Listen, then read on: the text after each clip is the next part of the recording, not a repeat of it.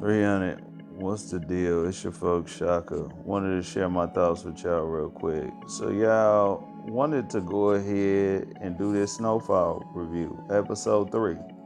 Okay, I'm going to pick up, a few episodes here and there. Maybe I'll back up and do episodes in between, but I'm really just going to do the ones where, just stuff kind of sticks out to me. And so let's just get into episode 3. There will be spoilers in this. But yeah, let's talk about the opening scene, okay? Because if the scene opens up, and again, we got another scene here where another one, Franklin, is yet again being exposed. That he's simply not the kingpin that the show would like to make you believe. Okay, and then maybe they are trying to make you believe that, but I think that it really hurts the show because he's just not the actor for it anyway. You know what I'm saying? But it opens up and it's got all of them there in the room. And kind of like if you've seen the episode 2, you know that the guy Teddy is back on the scene. And so it's another situation where everybody's there and they're calling Franklin out, questioning him for some things. You know what I'm saying? One of them is his father's death, which I think was trash of just the show in general. We need a backstory for that. I think lack of backstories really hurt this show a lot. It's a lot of major events that they just don't give you nothing for. And it's just like, we leave that out, okay? And it would be somewhat different if it was like an extension of a book to the show. You know what I'm saying? Kind of like I was speaking about that other show, but it's not. You know what I'm saying? And this show has about 5 seasons already. But we didn't get a backstory to it. But they're questioning him about that. The removal of so-called White Pablo. And also the prices on the birds that were promised. Okay? And Franklin, in beta fashion, his response is never leader-like. It's always like slave beta male-like. And beta, pretty much his response is, I don't know. I gotta let y'all know when I know. And, just do what Teddy tell us to do. Make this money and we don't get killed. He has no exit plan. You know what I'm saying? And so because of that, obviously he's having a lot of chaos with his team, primarily the auntie. And they kind of get into it there because she's asking him, hey, dude, let me just do it. You know what I'm saying? Which I think is just a bad look on his character. You know what I'm saying? Because, when you have a team, they're supposed to look at you like, they bring the ideas to the table and kind of see who you gonna put in place to do it or whatever. But she's just kind of like, dude, move to the side, man. I done business with this guy before. And she was making it seem like they were making things run smoother when she was doing it.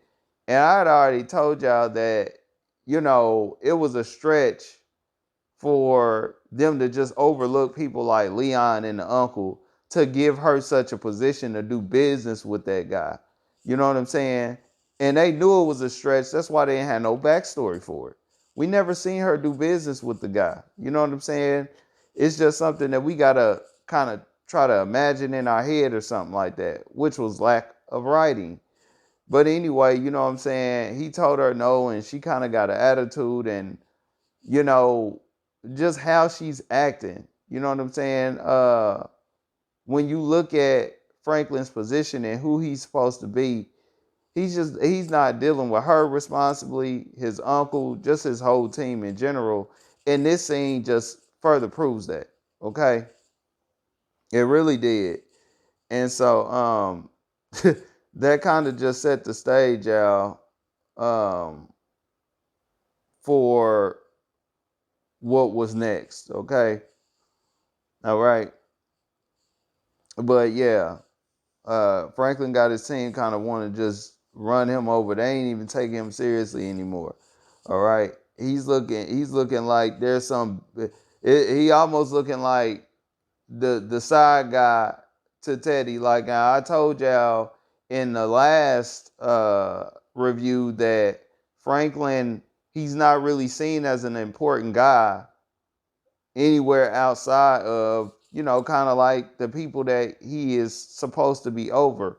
But even now, that's starting to not even look like the case. But, the next scene, it opens up with the auntie and uncle. They're meeting up with the guy Scully or Sully. They're meeting up with his street goons, okay? And so apparently they were expecting a drop on the prices. Okay, so they got to meet up to tell them the bad news. And first thing I'm asking myself is, first thing is, why do they always got to have these people meet in these big old wide open factories? This don't happen like this. A lot of time with TV, y'all, they try to coerce you to do the stupid stuff that they know is gonna get you caught. You know what I'm saying? But they try to make it seem like it's the street smart thing to do on TV. And I'm just like, nobody meets like this. You know what I'm saying? And then another thing, of course, they had the main goon with his styrofoam cup of lean. And y'all, it's just amazing how they have drilled into a lot of so-called black men's heads, especially a lot of you so-called brothers from the hoods and the urban areas, to believe that having a styrofoam cup gives you more credit as a man on the scene. It's just crazy. And I see this everywhere, man. I see this even on social media, hip hop. These rappers be drinking out of these cups. There's nothing in these cups. There's nothing in these cups. Sometimes they might have ice in the cup, but you can tell how they drinking that they're not drinking anything. You know what I'm saying? But they have made that a staple. They have made that styrofoam cup a 10-cent cup, less than 10 cents. They done made that as fashionable to a lot of you dudes as Jordans. Okay, and that was never a good look. But now they got y'all style in a 10-cent cup. Let me not get carried away. But they had them with it. You know what I'm saying? Now they didn't. They try to date it back. They didn't do the double cup. I bet you they really wanted to do it, but they couldn't do it, so they had it in like a coffee cup. But anyway, they let the dudes know that they wasn't gonna be able to meet the prices. And of course, this is a scene where the Scully and his goons is it's a bunch of them, okay. And then they got the uncle, the auntie, and one dude. And so the moment they hear this, all the guys just pull out their guns. You know what I'm saying? And the main goon, Mello, he's getting all dramatic about how Sully's gonna be mad, and him and the uncle had this old dramatic old look, and it's just like silly stuff. They always like to show us like we can't reason like civilized people. You know what I'm saying? And that's what this scene kind of showed. Like, the moment that you hear something like that, you pull out guns that you're not even gonna use. And we just gotta be so unreasonable. He all patting on the uncle's chest and all this and that. And I'm just like, man, these scenes, man, they subconsciously teach us how to not be able to get along, man, and reason with each other. You know what I'm saying? And that's all I got out of that scene. But, that's pretty much what that was. But on to scene 3, they bring, Franklin's woman back in. You know what I'm saying? They bring her back in, and of course she comes on the scene. She's taking care of business within the company. They're making progress. They're meeting goals. But they only talked about that kind of like briefly. The rest of the scene was him pretty much talking to her about a lot of street business. And see, what they're secretly trying to do with her is promote her as the ride or die chick. Pretty much letting you know that that's just going to be her fate. she's a lawyer, she's educated, but she's sitting around here talking all this type of business with Franklin to make her the ride or die type of prototype. You know what I'm saying? And this is a bad look on Franklin, okay? Because they like to promote that ride or die stuff, man, but that ain't proper, man. You know, as a man, you keep your mane away from the dangers of the game. You know what I'm saying? Whether it's safe or not. There are some guys that are special agents and stuff out here in the world and stuff like that. They don't come home and speak to that woman about all the business, not the real deal. You know what I'm saying? Not the ones that's smart. They don't do that. They woman might know that, hey, this is one of the lives that they live. You know what I'm saying? And that's just it. Now, whether they discuss when he's going to stop or whatever, that's a different story. But just sitting around telling your woman about all the inner workings and things like that of the game, that puts, first and foremost, her in danger. It puts you in danger. And it's just not a smart thing, man. Again, they like to promote a lot of dysfunctional things to us in pretty packages. Okay, but as a man, you don't get your woman into that. And I think that maybe I'm speaking ahead because I might give y'all a hint of a scene from part 2 or something like that. But I think as I make this, it's about to be like episode 6. But there was a situation where something had went down, and he had got up and he was like, "Yeah, so we about to go check things out." And she's like, "Oh, okay, well, let's go." And they didn't have Franklin like say, "Nah, you staying here." You know what I'm saying? This street business. You don't get into nothing like that. You staying here. He didn't have that moment. Okay. And so they're really making this effort to really push on her, the ride or die chick. You know what I'm saying? That's going to ride for Franklin no matter what. And it's just really not a good look. But they get down to pretty much speaking about, okay, so what's the exit plan? Okay. And what's a bad look is Franklin tries to coach to her that he really don't know what the exit plan is. He just got to continue to bend over and do whatever the so-called man tell him to do. And they have to find sanctuary within that, okay? Which is something that in reality, symbolically, the so-called black man does, okay? A lot of so-called black men out here don't want to take it to the man for real like that. Just like the Brother Chronicles of Judah said. A lot of the so-called brothers don't want to do what we need to do to really get things in perspective how it's supposed to be. And it ain't really, it's not even first and foremost going to go get bloody on the front line. Okay? A lot of so-called black men just don't want to respond in no type of way. What so-called black men like to do is he wants to try to find some type of sanctuary in the nonsense that's going on. And this is what Franklin is doing. And he does this on a number of occasions in this show, but he's been doing this for seasons, y'all. You know what I'm saying? For real. But that's not a good look to take back to your woman in your community, man. Because basically you're suggesting that you are the inferior man. You know what I'm saying? And you cannot do what you need to do to save yourself, your family, and your community, man.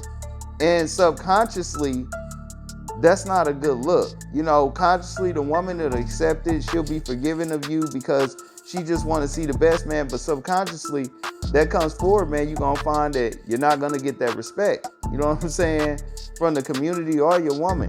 And they're going to look to that other person who you're trying to have sanctuary under. All right? Without confronting. But we are going to go on to the next scene. We get back to the auntie and uncle. They in this a lot because they're pretty much the plot of the show for real. They're having issues behind this them not being able to drop this price. So they pull up to the Sully guy again. And they got to speak to him in his home or whatever. And it's really just filler, y'all. The Sully guy, to me, he's not really an interesting villain for real. They're making him he's just not really an interesting villain. They pretty much followed up about the convo that they were having with his goon Mello about the situation with the prices. And in the scene, they had him cut off some dude's ear. You don't know why he cut off the dude's ear. You just don't know it at all. You know what I'm saying? But he did. He wasn't even a dude talking to the aunt and the uncle. Okay. And that's just pretty much what it was. I mean, it was a filler. But when they were walking to the car and they were having a conversation about what they're going to do to get back on his good side, you know, you get the impression that Franklin's team and the people that come from his olive tree, they just really don't have any real respect in the streets anywhere for them to be so major. You know what I'm saying? We just ain't seen it yet. You know, this supposed to be Franklin moving all these birds and stuff like that, but you don't have no respect nowhere in the streets. Everywhere you go, you walking on eggshells. You know, nobody is kind of like, nah, boy, nah, man, we gotta watch out for them boys. It ain't that, okay, with this. It's just, man, it's just crazy. You know what I'm saying? It's just crazy. All right. It really just seemed like a bunch of wannabes just one day they woke up and they was these people.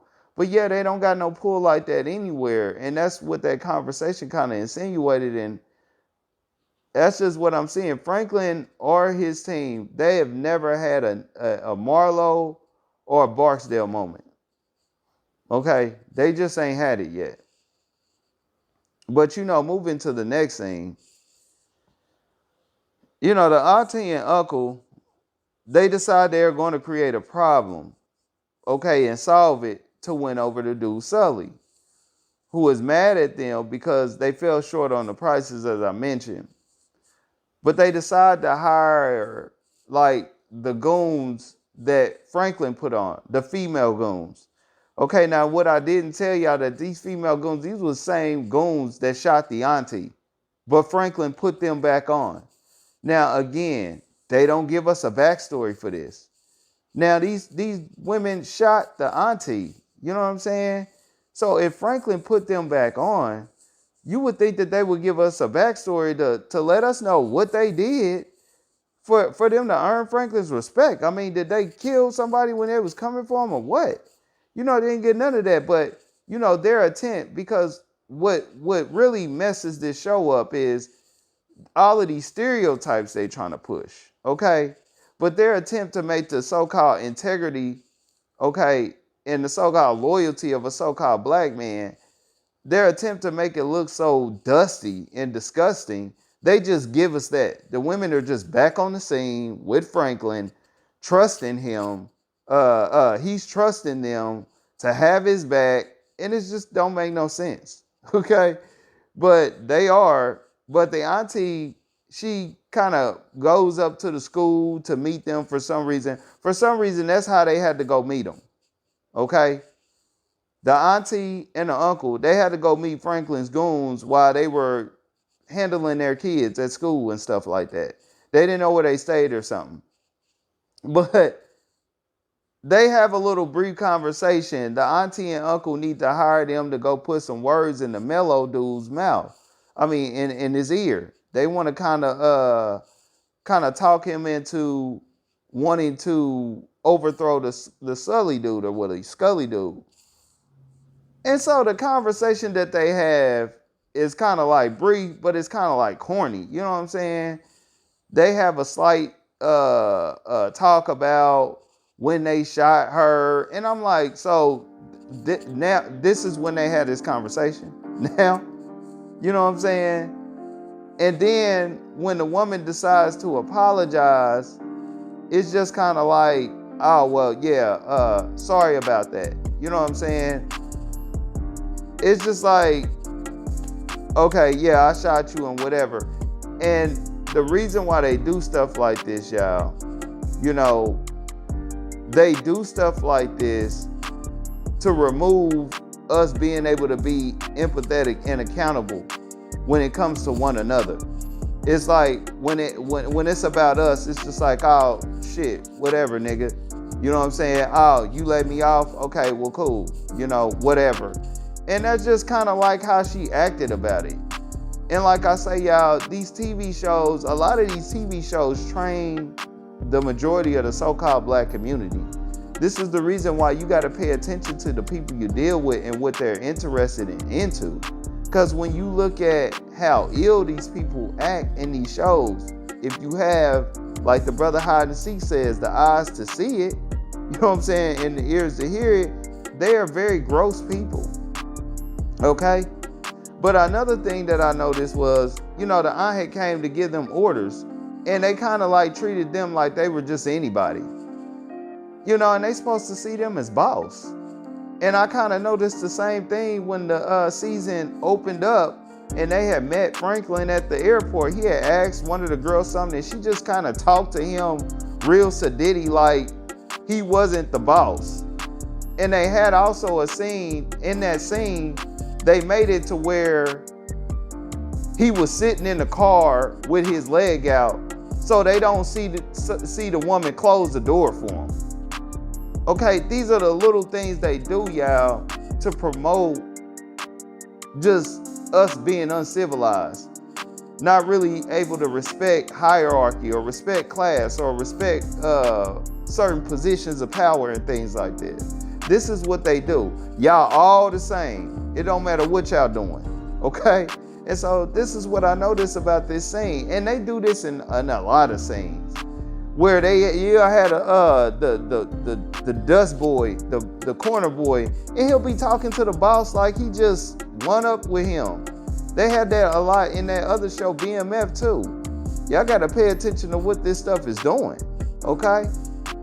Because that's what it does. And it also has so-called black folks out here thinking that, well, it don't matter what you got or what you think or what position you in, we still the same people, okay? And so, yeah, that's just what I noticed. But we get on to the next scene. Just fast forward to the next scene. Franklin meets back up with this guy, Teddy. Okay? He wants to speak to the guy, Teddy, again. And he really meets up with him for something other than what he says he's going to meet up for. So he initially says he wants to meet up with the guy about the prices, okay? Which I thought was funny because at this point, he's gonna do it regardless based on what he's been telling his team. But he met up to talk to the CIA guy about the prices, and I thought that it was just kind of corny because they made this scene to promote that, you know, basically, it kills this whole idea that Franklin is a kingpin at all. He really just is looking like a straight tool, okay? That's how they want to make him seem, and that's how it's making it look. And what they do in this scene is they try to promote that idea heavy by suggesting that this guy is not only his supplier, but he's his advisor, his savior.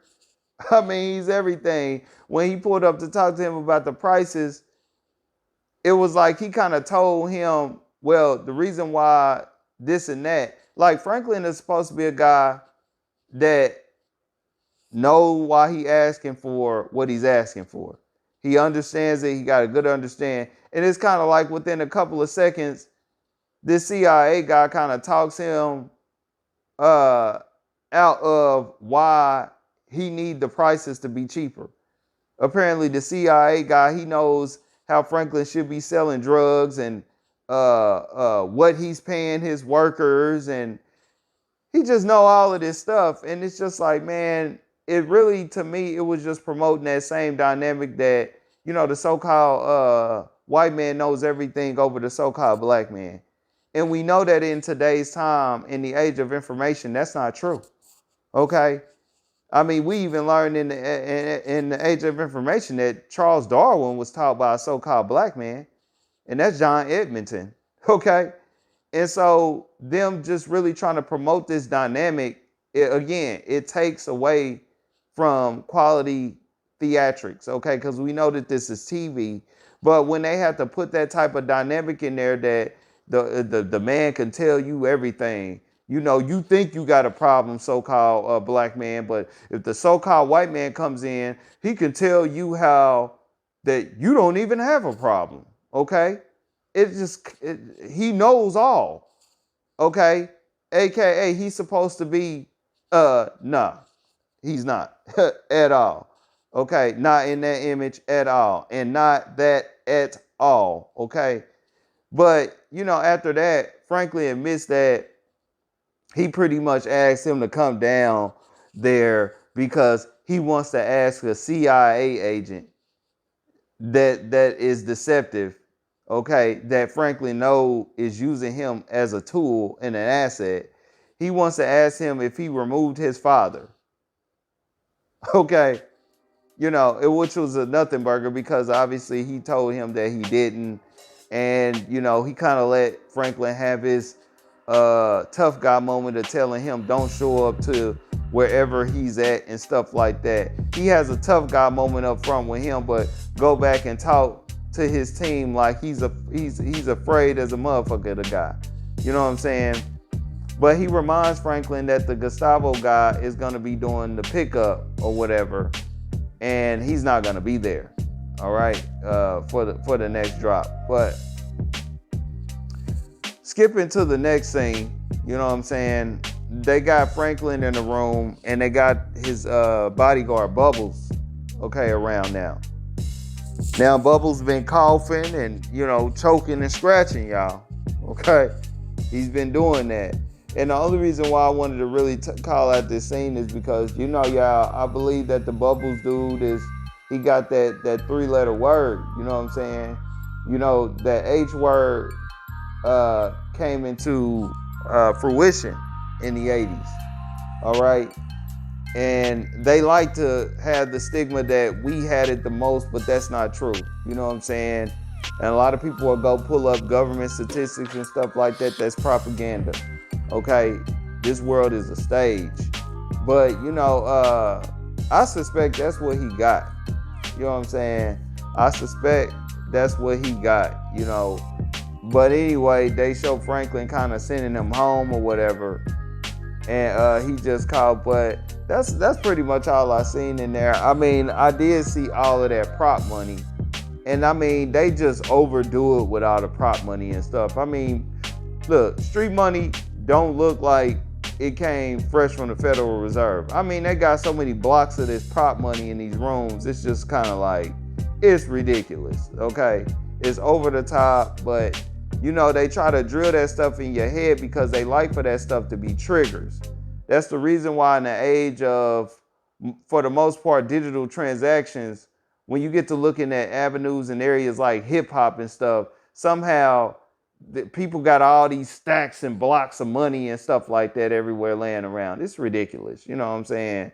Pulling up to TV shows and podcasts like the dude Dirk with $1 million worth of cash and stuff like that. They're really trying to hypnotize y'all with these images, man, to instill them as triggers.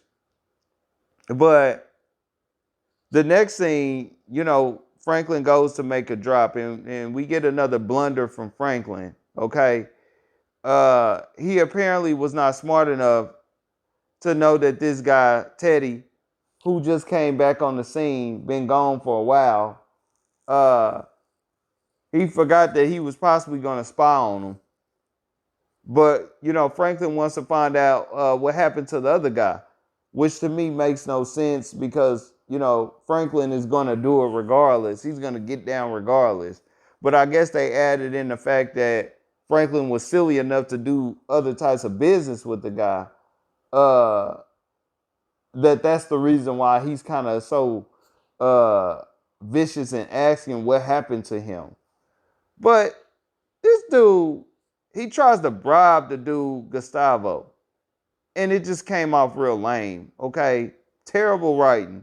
Because nobody in his position would have did that, not that way, okay? You look at it like this guy cannot be taken seriously when you seen this scene. You know, I mean, not only are they killing his rep as the character on scene, but to me, it's almost hurting his reputation as an actor in general. I'm like, really? This is corny. But then they show as he's trying to bribe this guy right there in the middle of a warehouse area. Again, a big old warehouse area where anybody can just kind of be looking from anywhere. A light eventually kind of comes on in his head, and he started talking about how he want to bomb stuff and Jack. They try to give Franklin kind of like a Goodfellas type of vibe to him, and it's like it's corny. It just does not come off right. You know what I'm saying? All right, and it's just like, man. But the next thing is the auntie guy. Or the auntie guy. Auntie, okay. She's she's at the club, and she get a visit from the officer guy that she's doing business with. Okay? And it's just so corny. But what this does is, again, it's a hit on the uncle. It really brings down the character of the uncle. The value of the character value of the uncle is just it just went down to damn near zero. They done turned him into a straight brute. Even how he walked, they done made his walking style just all brute. They done made him straight brute. But anyway, the auntie finds the the officer dude in her office. And this dude is cooking in her office. It's the most out of space thing that could happen. But they got him, and I think they did this for a reason. You know what I'm saying? Because what they do is they really play on the uncle with this. It's the most out of space thing. He got a pot in there, and he's cooking something on I imagine an electric stove in her office. And he's supposed to be there to really find out why she ain't giving him no leads yet. But they have the uncle guy walk up here, and he just walk up to pass her a message, and he don't say nothing about what's going on. He just say something, he just walk around. He even asks him, "Hey man, how you doing?" He asked the uncle, "Hey, how you doing, bro?" And all the uncle say, "Is this your world, nigga?" and turn around and walk away. Just an old passive ass, you know what I'm saying, emasculated dude. But see, you will only know this if you got an understanding of things. You will still think he's a tough man because he's acting tough. But he don't come in. See, a man is going to come up and see what's going on with this woman. Like, hold on, what's going on? Dude, you got a whole pot up in here. Cooking up some crazy shit, talking to my woman. What the fuck is this shit here? But they don't say that about this guy. As long as the woman is okay with it and cool with it, he's cool with it. And just like I told y'all, he done became a sidekick of the woman, and he just a drag on the story at this point in time. But he pretty much tell her, the cop dude, that was the meat of that scene, but he tells her pretty much that he needs her to go ahead and give him some leads, okay? Things are starting to get tight. But they meet the mellow dude again, and he's ready to go ahead and cross Scully, okay? He's ready to get him. And they pretty much tell him that they can go ahead and get him taken care of, but he's gonna have to give them somewhat of an incentive. He's gonna have to provide them with some cash. You know what I'm saying? So they dropped I think it's at 160,000 or something like that. I can't remember. But the dude Mello pays them to cross Scully because he say he can't do it. You know what I'm saying? He don't want people looking at him. But he gives them the rundown of what a Scully dude is gonna be. You know what I'm saying? Which is he's gonna visit his voodoo psychic the next day, because that's how he makes that's how Scully is supposedly making access to the other world to speak to his daughter. Okay, so they move on to that scene and they pull up and the auntie and the uncle get there before Scully because they want to set him up. And so they go to the door and they got the scene where they got the voodoo hotep and things like that, and she's acting all voodoo hotepish, telling them that they gotta come back tomorrow and this and that. And again, they throw out a big old block of a stack, and all of a sudden, all the voodoo and culture and everything is removed from this woman. Okay, but she agreed to set up the Sully Scully dude. She agreed to set him up. Okay, and so they catch him. They catch the dude Scully when he pull up, but they don't kill him. Okay, what happens is I'll tell y'all about it here in just a little bit, but they don't kill him. Okay, they're gonna get back in favor with him because they're gonna set him up with Scully. Okay, instead of doing what Mello paid them to do. But the next thing we got we got Franklin and his girl back again. And Franklin is kind of down and out, you know what I'm saying? And you know, y'all, I was gonna say I was gonna say that this was somewhat perverted, but I'm gonna give it a pass. You know what I'm saying? I'm gonna give it a pass. It was a good scene. You know, he kind of came in and he was down and out. And she looked at him and she was just really just trying to get him to engage with her. And she had named a number of things. And then the last thing was, hey, you know, you want to have sex. And the reason why I'm saying that it wasn't good with the writing is because, again, this is supposed to be a pregnant woman. You know what I'm saying? She's supposed to have, and this is why I tell y'all that that's a perverted thing. That's why they're enforcing it so much. You're not supposed to be having sex, you know what I'm saying, when you're having a child. Okay, the woman and the man is not supposed to be engaging in sex. That's very perverted. But they had her throw that in, okay, to try to hit on her score as a woman. But that's pretty much what I wanted to say. I did think that it was a cool scene though, because she was making such an effort to kind of get him to engage and cheer him up, and he kind of passed on, you know what I'm saying, her advances, but he did let her know that he appreciated her, and it was just a cool, nice little scene, minus what they were trying to do, okay, with the writing. But next scene is Franklin meets up with the uncle and aunt again. And this was another scene that was just mad but somewhat interesting, you know, because first off, the uncle didn't even greet his nephew. He just touched his shoulder and don't say nothing. And this is why I tell y'all, they always like to promote us never getting along and being courteous and receptive towards each other. Hey, nephew, how you been, man? What's going on? Yada, yada, yada. Maybe throw a scene in where they're just in the background bickering. We don't know what they're saying. They do not do that, okay? This is straight programming, all right? That's why I tell y'all, when you got these people that's kind of like, yeah, that's my favorite stuff. You know, that's my stuff. That's my shit. They love it. They catch all the season and stuff like that. There's a good chance they're going to act like the characters that are in these TV shows, okay? And it could be just in spirit, like what I say, not being, you know, courteous towards other so-called people like them, just always being cold.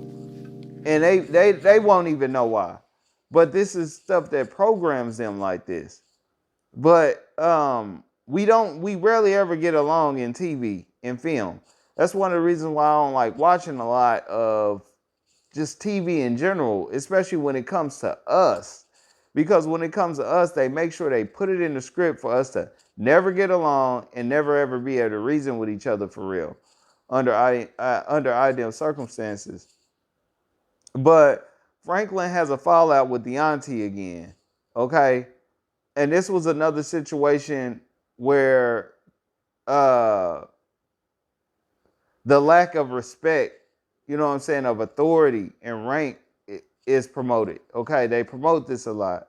You know, the auntie is getting all jazzy with Franklin, demanding that he tell her what the fuck his contact said, talking to him all crazy and stuff. And mind y'all, this ain't even really his auntie if you look back at the first season, okay?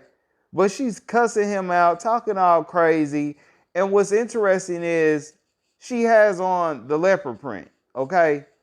And, you know, those who understand the 3D levels of things, leopard print, especially on a woman, is symbolic of a wild woman. It's a woman that she doesn't want to be tamed. She's untamed. And she doesn't want to be under any type of authority figure or direction. And if y'all look in Revelations, they tell you about when that seven-headed beast came out of that water. That's what it had. You know what I'm saying? It appeared of a leopard, okay, with seven heads and stuff like that. So it's unruly, you know, and things like that. And they had her rocking this stuff while she was doing this, talking all crazy and stuff. And another thing happened here was the uncle. You know, it seems like he only gets tested when the woman is being criticized. That's it. Other than that, nothing else. You know what I'm saying? But if he really cared and he was a man, again, we see where he's lacking masculinity, because that's his nephew and that's a so-called man. And I tell y'all all the time, you know, for the most part, especially in a situation like this, the woman should not have to engage with a man like that. You know, he would have been up front. He would have got up front in those negotiations and not be arguing. You know what I'm saying? They wouldn't have been arguing between each other. You know what I'm saying? He's arguing with Franklin because of what Franklin is saying to her, and she's arguing back with Franklin because what Franklin is saying to her and things like that. Where the uncle could have just been like, you know what, nephew, let's talk about this. It just didn't make no sense. You don't get the idea anymore that that's his nephew at all. Okay, the only time you thought that in recent times that was his nephew was when his mom kind of showed back up on the scene. Okay, all right, and that's it. That's all for real. And he was talking about the down south connect. I thought that whole down south connect wasn't nothing but filler. Okay, it was just something that they put into the show to have a reason for the so-called auntie to rebel. They needed a space to show her rebelling, and the down south connect was just that filler thing. They didn't have the writers that were good enough to make that extension of the show work, I believe. So they just kind of left it behind, which is the problem with this show. They don't like the writing. I believe that a lot of people that are doing the writing ain't even from these type of phases of life, okay? And so they have maybe a few hits, but a lot of misses, okay? But just in my opinion, you know, just realistically, good writing, Franklin would have just dropped them and let them go. You know what I'm saying? In my opinion, the writing would have got better because they would have let him go. They would have went under the Colombian connect, and maybe they would have had a little beef or something. You know what I'm saying? Just to make it juicy. But they didn't really get into none of that. You know what I'm saying?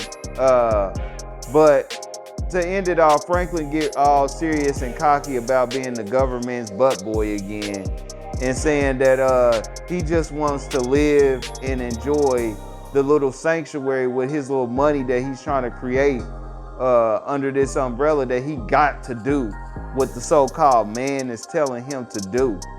Okay? Despite him not having an exit plan for anything. All right? But I'm just going to go ahead and leave it there, y'all. That's what I got from that show.